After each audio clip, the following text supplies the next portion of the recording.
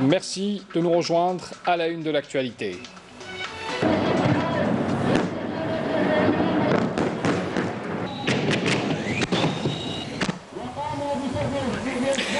Le chef d'état-major de l'armée nationale populaire par intérim, le général-major Saïd Chengriha, a supervisé à Tindouf l'exécution d'un exercice tactique avec munitions réelles au deuxième jour de sa visite en 3e région militaire à Tindouf.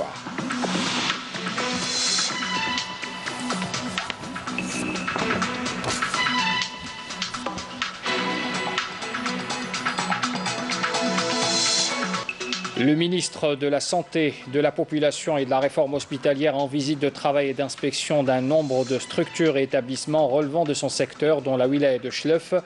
On y revient en détail dans un instant.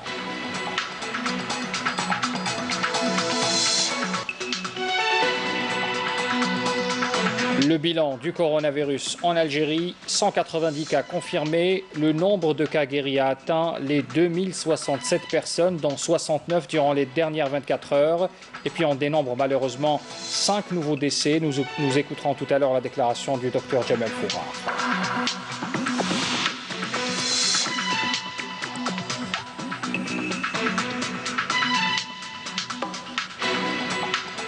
La mise sur cale d'un véhicule rentré en Algérie à titre touristique, une procédure qui existe depuis longtemps, mais peu connue. On en parle ce soir avec cette crise du coronavirus où plusieurs voyageurs ont eu recours à cette mesure. Un reportage de Abdelmajid Mankassi à suivre tout à l'heure.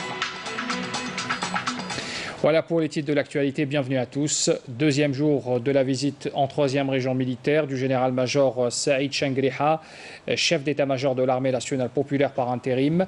Il y a supervisé au niveau du champ de manœuvre relevant du secteur opérationnel sud de Tindouf l'exécution d'un exercice tactique avec munitions réelles. L'exercice est intitulé « Fidélité au serment », dont l'exécution intervient dans le cadre de l'évaluation de la 2e étape du programme de préparation au combat pour l'année 2019-2020. Adel Sadouna. En compagnie du général-major Mustafa Smaili, commandant de la 3e région militaire, le général-major chef d'état-major de l'armée nationale populaire par intérim, a suivi un exposé présenté par le commandant du secteur, directeur de l'exercice, portant sur l'idée générale de l'exercice, sur ses objectifs et sur les étapes de son exécution, pour suivre ensuite le déroulement de cet exercice, exécuté par des unités organiques du secteur opérationnel sud Tindouf.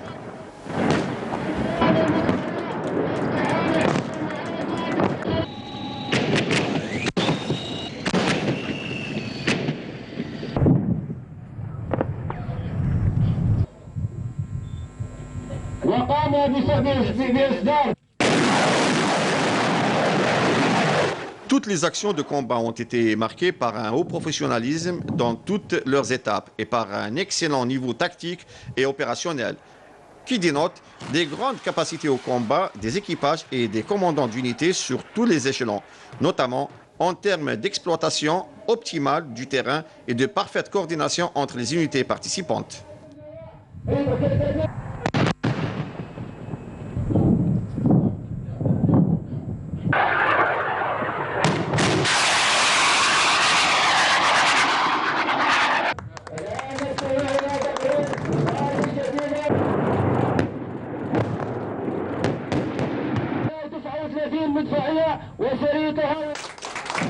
Cet exercice reflète les grandes compétences des cadres en matière de montage et de conduite des différentes actions de combat et les aptitudes des personnels à maîtriser l'emploi des différents systèmes d'armes et des équipements en dotation, ce qui a contribué à la réalisation de résultats très satisfaisants traduits par la précision des tirs par les différentes armes.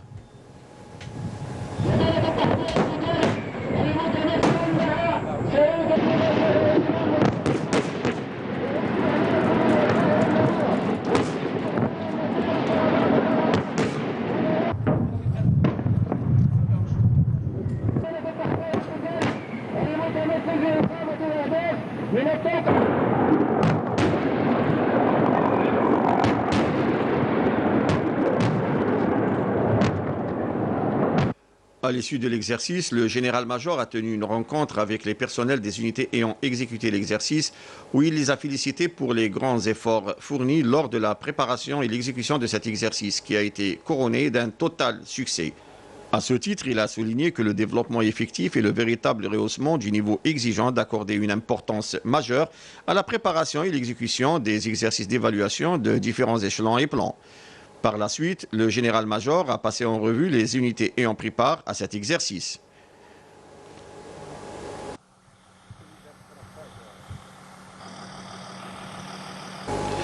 Par la même occasion, le général-major a visité quelques unités du secteur opérationnel Sud-Tindouf, où il s'est enquis de près des conditions de vie et de travail des éléments de ces unités, comme il les a félicités pour les efforts fructueux qu'ils fournissent, notamment durant ce mois sacré au service du pays et celui de la préservation de sa sécurité et sa stabilité, avant d'inspecter l'hôpital de campagne ainsi que les différents équipements médicaux dont il dispose et s'assurer de sa disponibilité à intervenir en cas de nécessité. أنا عندي ثقة كاملة في المقدرة نتاعكم في حسن الأداء نتاعكم وخصوصا وتوافقوني باللي الطبيب أو الممرض لازم يكون عنده الحس الإنساني، نكونوا جاهزين للتدخل لصالح الوحدات القتالية العسكرية وكذلك لصالح شعبنا لو تحتم علينا الأمر. جيت اليوم باش نشوفكم باش نقف على المقدرة نتاعكم واش تقدروا ديروا، وأنا عندي الشيء اللي حسب ما شفتوا عندي كل الثقة فيكم. نتمنى لكم كل التوفيق وكل النجاح في هذه المهمة النبيلة. اعتبروا رواحكم راكم مقاتلين، خصوصا في هذا الكورونا فيروس هذا راكم في الخط الأمامي. شكرا للجميع، نتمنى لكم كل التوفيق وكل النجاح. Le ministre de la Santé, de la Population et de la Réforme hospitalière en visite de travail et d'inspection d'un nombre de structures et d'établissements relevant de son secteur dans la wilaya de Chlef. Le compte rendu avec Yannis Saïd Belkacem. C'est à partir de l'université de recherche Hassiba Ben Bouali de la wilaya de Chlef que le ministre de la Santé a débuté sa visite d'inspection, un laboratoire de recherche contribuant au programme d'enseignement. Puis, destination hôpital Les Sœurs Belges de la wilaya, où 85 personnes atteintes du Covid-19 se sont rétablies. Concernant la prime évoquée par le président de la République, elle concerne tout le personnel du corps médical. Il y a eu quelques inquiétudes de la part du personnel médical de certaines spécialités, mais je tiens à assurer qu'il y a eu un élargissement et que seul le directeur de l'hôpital a la prérogative de dresser cette liste. Lors de sa visite d'inspection, il a aussi été question de nouvelles infrastructures.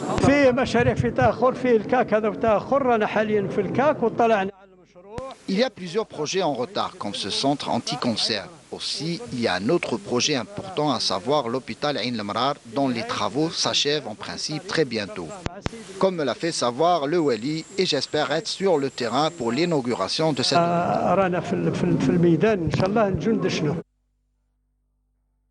Des réalisations qui constituent une priorité pour le gouvernement en vue de fournir le meilleur service de santé et répondre aux besoins des citoyens. Le nouveau bilan du coronavirus a été rendu public tout à l'heure. Quant au nombre des cas confirmés, les guérisons, les décès également. Écoutez à ce propos le porte-parole du comité scientifique de suivi de l'évolution de la pandémie du coronavirus, Jamal Fourar.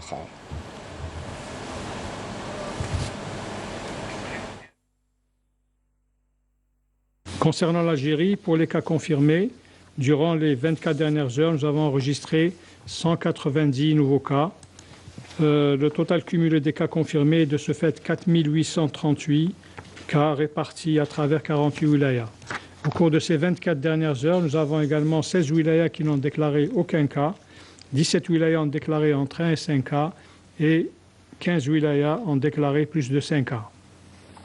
Alger, Blida, Oran et Constantine ont notifié le plus de cas. 56% des personnes actives sont des personnes actives âgées de 25 à 60 ans. Concernant les décès, 5 nouveaux décès ont été enregistrés au cours des 24 dernières heures, 2 à Blida, 2 à Alger et 1 à Adrar. Le nombre cumulé de décès est de 470. 65,5% des patients décédés sont âgés de 65 ans et plus. 7 994 patients ont bénéficié du traitement dans le cadre du protocole thérapeutique, dont 3 292 cas confirmés au laboratoire et 4 702 à l'imagerie médicale. Le nombre total de malades guéris et qui ont quitté les établissements hospitaliers est de 2067, dont 69 au cours des 24 dernières heures. Il est à noter enfin que 18 patients sont actuellement hospitalisés en soins intensifs. Nous célébrons ce 5 mai la journée mondiale de l'hygiène des mains. Aujourd'hui plus que jamais, laver ses mains est un geste qui peut vous sauver la vie et sauver la vie des autres en cette période de pandémie. Karim Haïfar. Pour sauver des vies, lavez-vous les mains. Un slogan de l'OMS en 2019 à l'occasion de la journée mondiale de l'hygiène des mains, célébrée le 5 mai de chaque année. Une journée célébrée traditionnellement par les personnels de santé à travers le monde et qui cette année, avec l'avènement du Covid-19, tombe à point nommé pour rappeler à tout un chacun qu'une bonne hygiène des mains est indispensable pour limiter la propagation de la maladie. L'Organisation mondiale de la santé rappelle dans ce sens à tous qu'un soin propre est un soin plus sûr et argumente en listant 10 raisons auxquelles chacun des acteurs de la santé doit adhérer, parmi lesquelles l'hygiène des mains au bon moment, qui sauve des vies, endiguer les infections par une bonne hygiène des mains et éviter ainsi les effets néfastes pour le patient comme pour le soignant. L'hygiène des mains essentielle également pour les interventions, qu'il s'agisse de placer un dispositif invasif, de prendre en charge une plaie chirurgicale ou encore d'administrer une injection.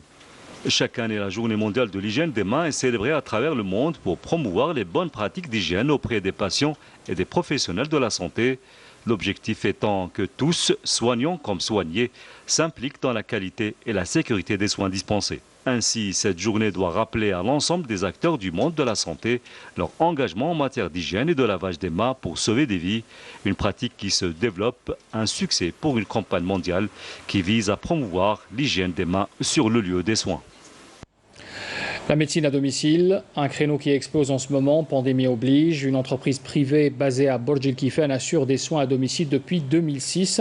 Ces derniers temps, elle a vu les demandes d'intervention carrément doubler. Reportage Saïd Fellak. Oui, c'est Dr Alak. Depuis quand? Cette matinée. Comment a commencé? En ces temps de crise sanitaire et de confinement, certains Algériens ont recours aux soins à domicile. Une assistance médicale en temps réel qui évite aux malades le déplacement vers les hôpitaux, ce qui soulage le personnel soignant qui lutte ardemment contre le Covid-19. On propose une multitude de prestations. Parmi eux, tout ce qui est bien sûr soins à domicile, médecins à domicile, soins infirmiers à domicile, location du matériel à domicile. On reçoit des appels au niveau du centre de régulation et à ce moment-là, on décide quelle est la stratégie qu'il faut suivre.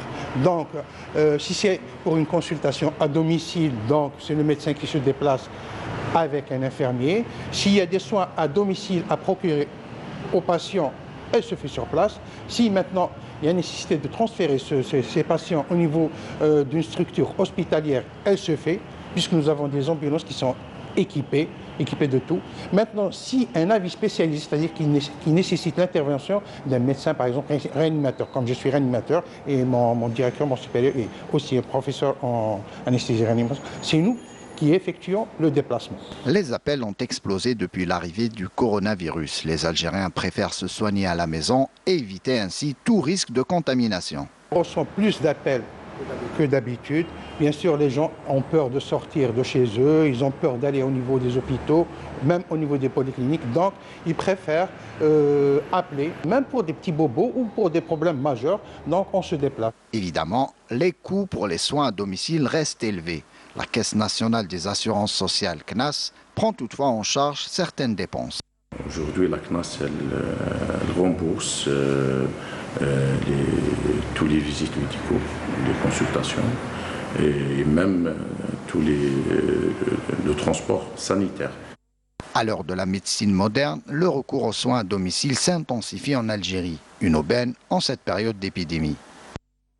Et puis on parle également ce soir de la mise sur cale d'un véhicule rentré en Algérie à titre touristique, une information qui pourrait intéresser nos compatriotes établis en France.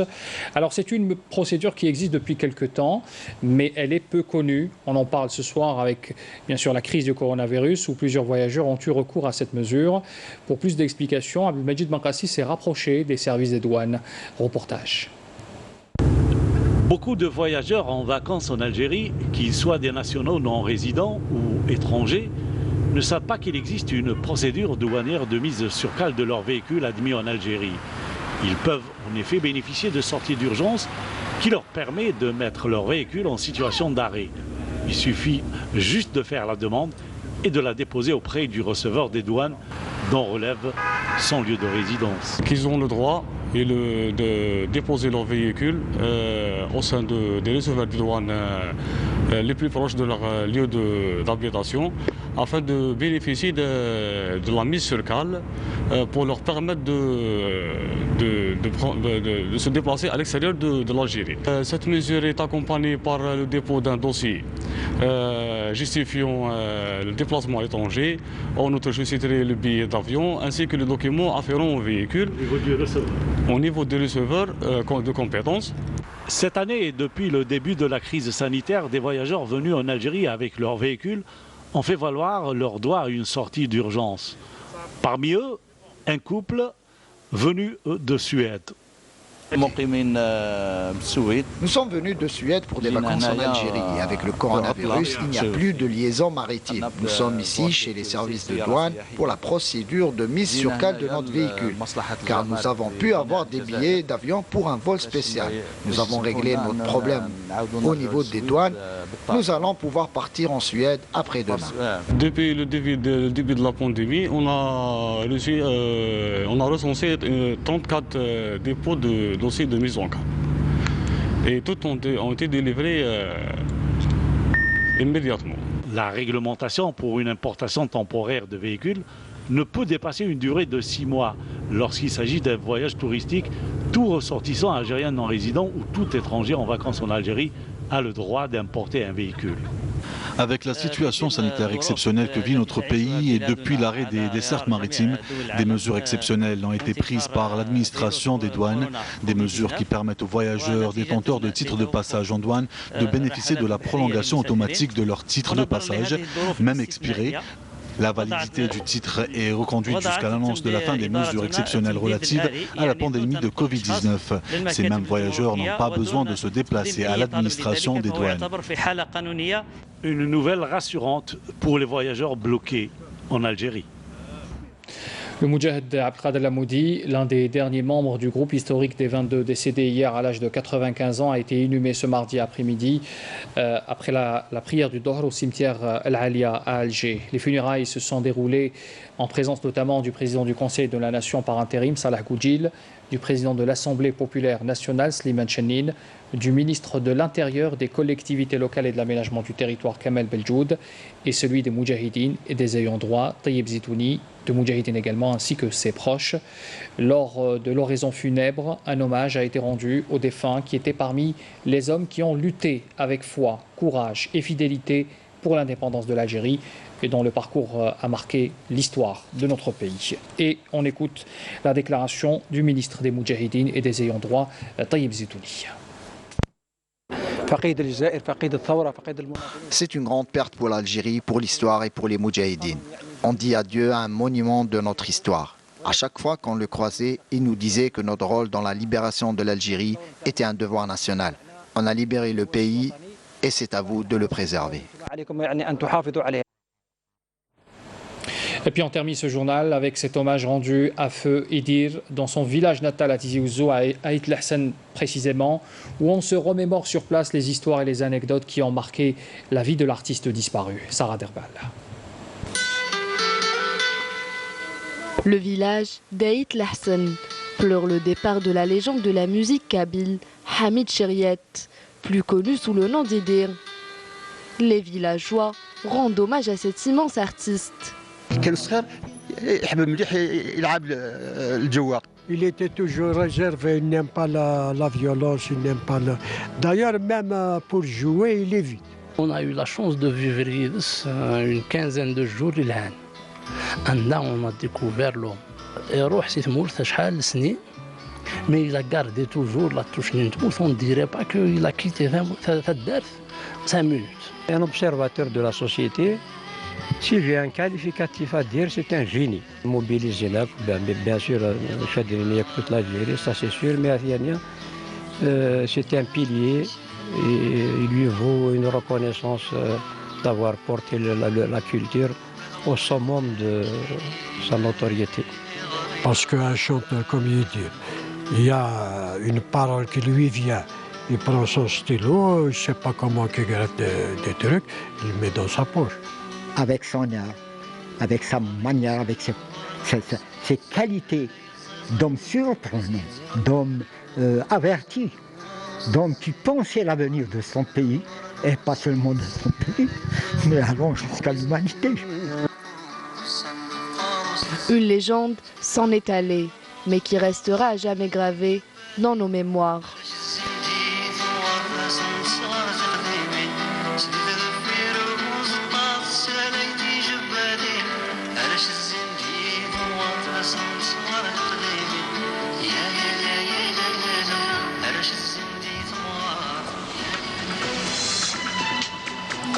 Et c'est la fin de ce journal. Merci de l'avoir suivi. Les adresses pour les replays et l'info en continu s'affichent en bas de votre écran. Je vous souhaite une très bonne soirée et Sahaf Toko.